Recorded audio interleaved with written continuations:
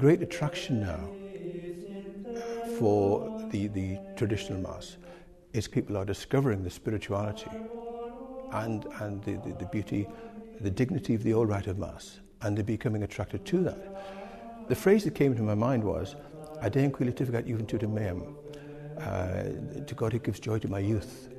Here we have this wonderful Mass of antiquity, going back 1500 years and more. This ancient venerable rite, I think, as the Holy Father called it. And yet, every generation experiences it anew to themselves, fresh to themselves. And the phrase that came to my mind was, it is the Mass of eternal youth.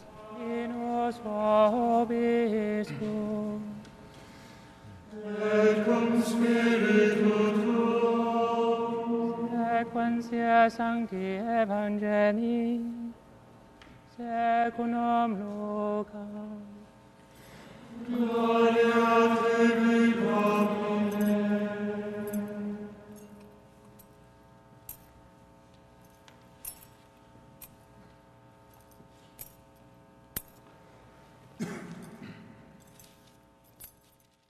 The purpose of spiritual direction in the seminary is that of discernment.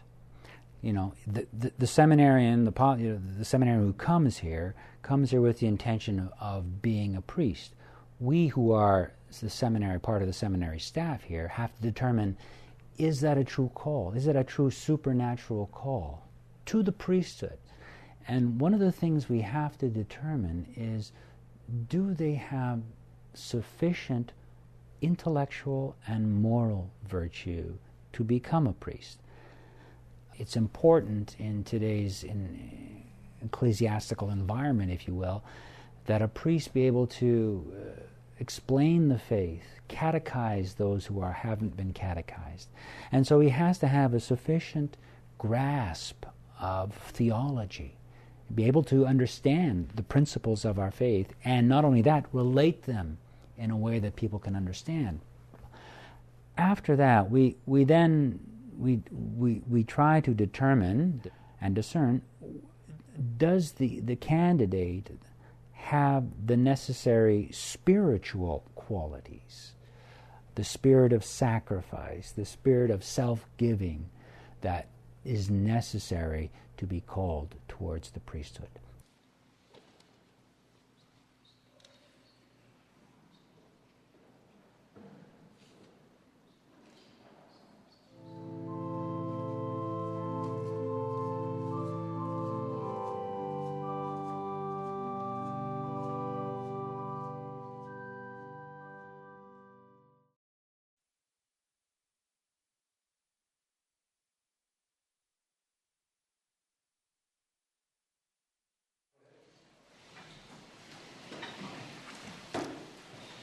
In nomine Patris et Filii et Spiritus Sancti. Amen.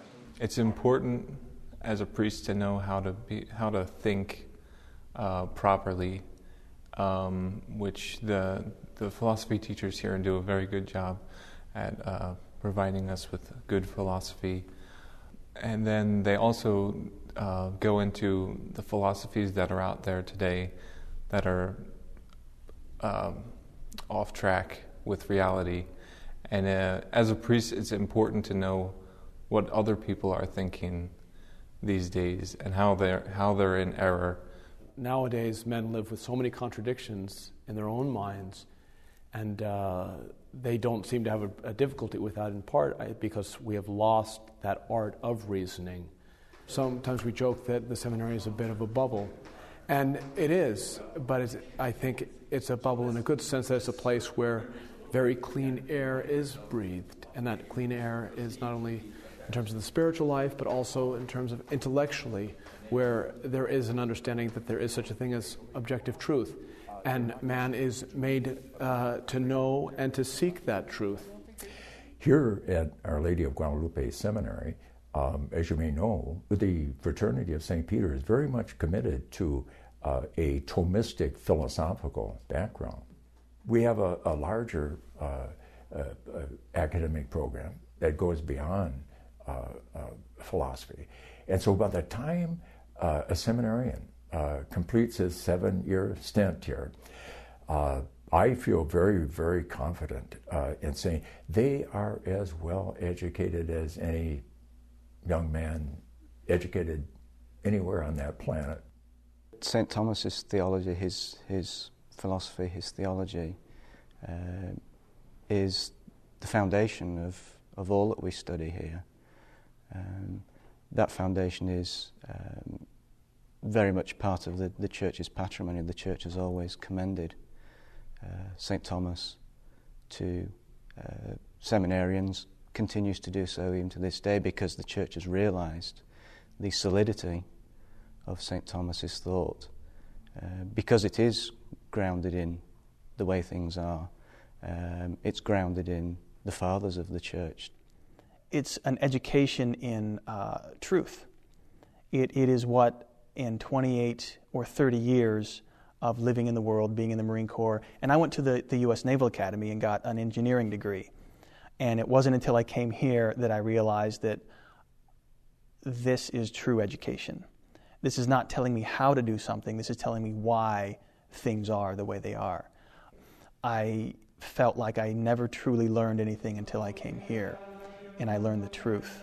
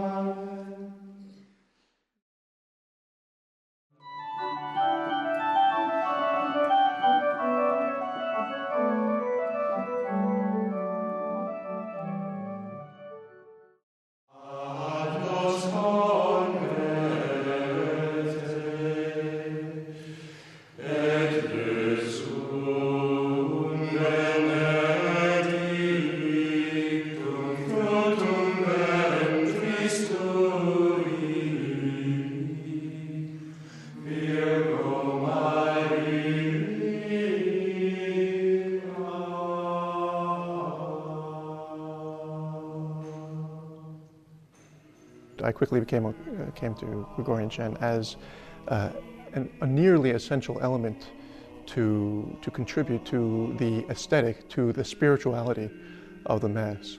Here's a music that was developed in the Church over the course of centuries, not of musicians, not of practices and rehearsals, but of prayer. And that's the central element to chant, is its prayer, and the way that it leads not just the people singing, but the people listening to an appreciation of God's presence around them.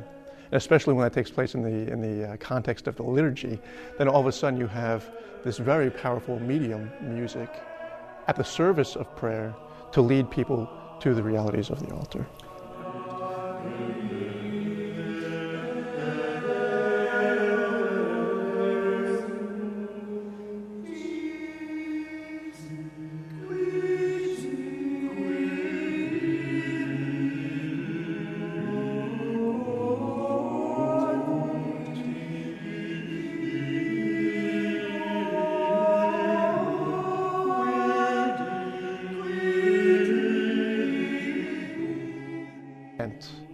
Is about taking those elements of our daily life and saying those things are subordinate to the spiritual realities, to the reality of God's presence among us, to our relationship to Him.